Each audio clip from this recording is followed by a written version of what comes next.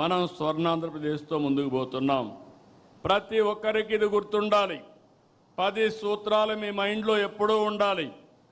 పేదరికం లేని సమాజం, ఉద్యోగ ఉపాధి కల్పన, నైపుణ్యం, మానవ వనరుల అభివృద్ధి, నీటి భద్రత, ఫార్మ్ అగ్రిటెక్, ప్రపంచ స్థాయి మౌలిక సదుపాయాలు, ఇంధన వనరుల సమర్థ వినియోగం, కాస్ట్ తగ్గించడం, నాణ్యమైన ఉత్పత్తులు, స్వచ్ఛాంధ్ర, డీప్ టెక్నాలజీ. ప్రతి ఒక్కరు కూడా డీప్ టెక్నాలజీతో మనం ముందుకు పోవాల్సిన అవసరం ఉంది. ఈ ప్రయాణం చేసినప్పుడు 2 ఏళ్లలోనే కొన్ని లక్ష్యాలు మెరుగు చేసుకోగలిగాం. ఒక్క ఉదాహరణ చెప్తున్నా, అన్ని డిపార్ట్మెంట్లో మెరుగు చేయగలుగుతున్నాం.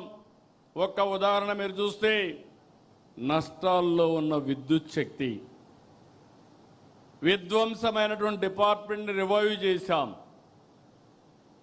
ఏదైతే ట్రూ అప్ ఛార్జెస్ తీసి 4,660 కోట్ల రూపాయలు రద్దు చేసి అది డిపార్ట్మెంటే భరించే పరిస్థితికి వచ్చాం. ఒకప్పుడు ట్రూ అప్ ఛార్జెసే కాకుండా ట్రూ డౌన్ ఛార్జెస్కి శ్రీకారం చుట్టాం. ఇంకో పక్క కరెంటు ఛార్జీలు పెంచమన్నాం.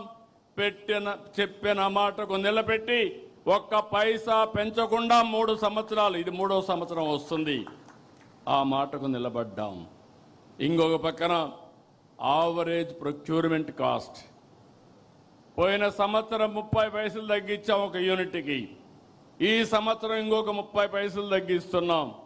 2029కి ₹1.20 తగ్గించడానికి ప్రణాళికలు తయారు చేసుకున్నాం.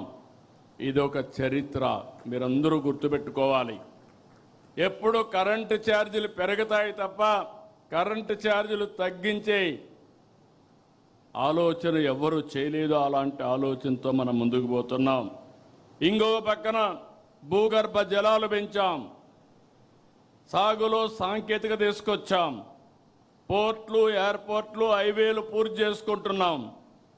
ఇదే కాకుండా మన ఉత్పత్తులకు మార్కెట్ పెంచాం. 1 ఫ్యామిలీ 1 ఆంటర్‌ప్రెన్యూర్ పాలసీ తెచ్చాం. ఏఐ టెక్నాలజీ కంపెనీలు తీసుకొస్తున్నాం. భవిష్యత్తులో విశాఖపట్నం మీరు గుర్తుపెట్టుకోవాలి, ఏఐ హబ్గా విశాఖపట్నం ఏఐ పట్నంగా తయారయ్యే పరిస్థితి వస్తుంది. విశాఖపట్నం పేరే మారిపోయే పరిస్థితి వస్తుంది.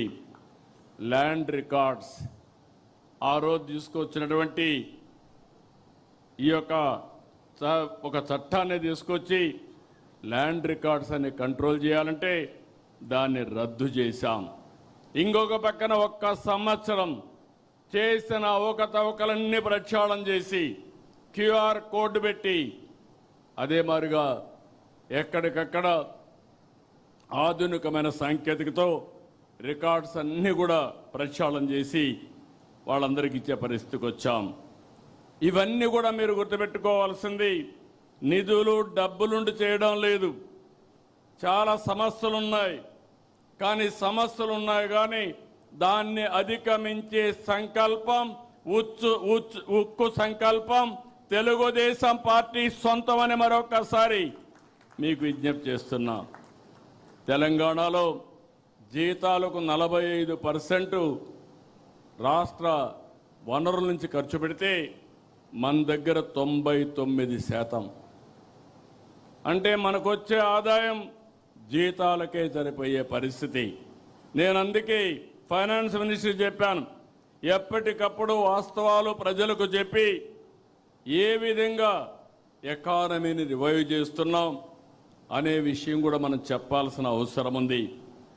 ఆ రోజు మన గవర్నమెంట్లో సమాచారం లేదు. ఆ రోజు ఒక కమిట్మెంట్తో చెప్పాం, ఈ రాష్ట్రాన్ని బాగు చేయాలి, ఒక అభివృద్ధి కాదు సంక్షేమం కూడా చేసే సత్తా తెలుగుదేశం పార్టీకి ఉంది అని చెప్పడానికి ఆ రోజు నేను ఎన్ని ఇవ్వాలో అన్ని ఇస్తాన్నాం. కానీ 4వసారి ముఖ్యమంత్రి మీరు గుర్తుపెట్టుకోవాలి, ఎంత లోతుకు పోతే అంత భయంకరమైన పరిస్థితి. మాట ఇచ్చాం, నిలబెట్టుకోవాలి. అభివృద్ధికి నిధులు వస్తాయి కానీ సంక్షేమానికి మాత్రం మన వనరులే మనం ఖర్చు పెట్టుకోవాల్సిన అవసరం ఉంది.